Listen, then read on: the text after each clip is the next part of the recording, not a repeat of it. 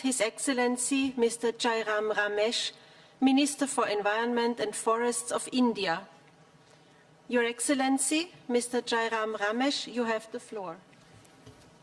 Madam President, Excellencies, ladies and gentlemen, it's my privilege to speak on behalf of the Government of India. We continue to derive inspiration from the father of our nation, Mahatma Gandhi, who is an icon for the environmental movement everywhere. India is already and will be even more profoundly impacted by climate change. In many ways, we have the highest vulnerability on multiple dimensions. We have a tremendous obligation to our own people by way of both adaptation and mitigation policies and programs. That is why we have already announced a number of ambitious measures proactively. We have a detailed National Action Plan on climate change with 8 focused national missions and 24 critical initiatives.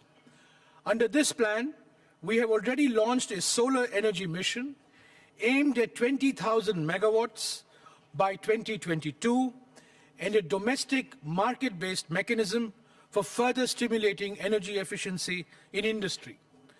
Other national missions for accelerating afforestation, for promoting sustainable habitats, for expanding sustainable agriculture, and for protecting the crucial Himalayan ecosystem are on the anvil. New GHG emission-reducing technologies in coal-based power generation are being deployed on a large scale. Mandatory fuel efficiency standards in the transport sector will soon become a reality. We have established our own version of an IPCC comprising more than 120 of our leading scientific and technological institutions to continuously measure, monitor, and model the impacts of climate change on different sectors and in different regions of our country. In addition to establishing a nationwide climate observatory network, we are going to launch our own satellite in 2011 to monitor GHG and aerosol emissions globally. Derived from our detailed National Action Plan on climate change, we are now considering nationally accountable mitigation outcomes in different sectors like industry, energy, transport, buildings, and forests. Over the last decade, we have added over 3 million hectares to our forest cover, and today our forest cover is sequestering close to 10% of our annual greenhouse gas emissions. We will endeavor to maintain that level. India has been a major participant in the CDM. If all our projects are approved and implemented as scheduled by 2012, carbon credits amounting to a further 10% of our annual GHG emissions will be available to developed countries to enable them to meet their Kyoto Protocol commitments.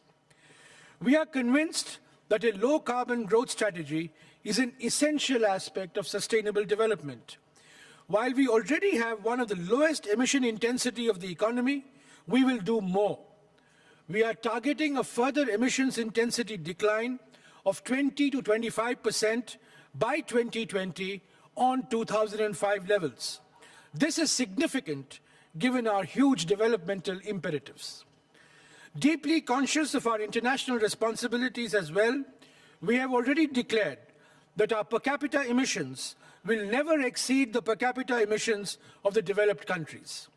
We have recently unveiled projected GHG emissions profiles till the year 2030.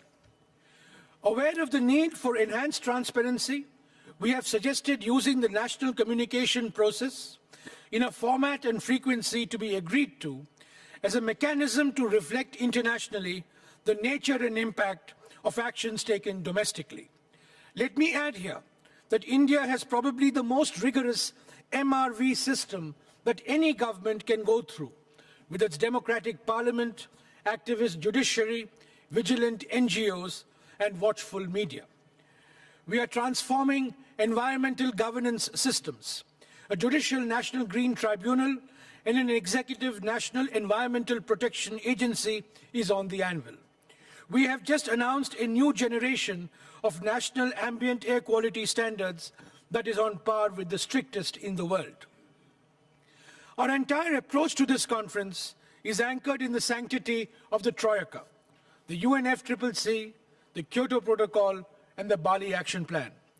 We believe that the well-known and widely accepted principles of 1, common but differentiated responsibility, and 2, historical responsibilities are sacrosanct. As a global goal, India subscribes to the view that the temperature increase ought not to exceed 2 degrees Celsius by 2050 from mid-19th century levels.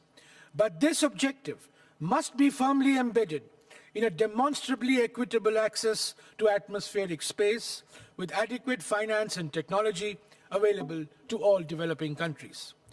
Excellencies, one of the 2 heads of state to address the very first UN conference on the environment held in Stockholm 37 years back was Mrs. Indira Gandhi, the other being the host Prime Minister. What she said on that historic occasion brought the development agenda into the mainstream of the discourse on environmental concerns. We recall that message and reiterate our resolve to be an integral part of the solution to global warming, now and always. Thank you.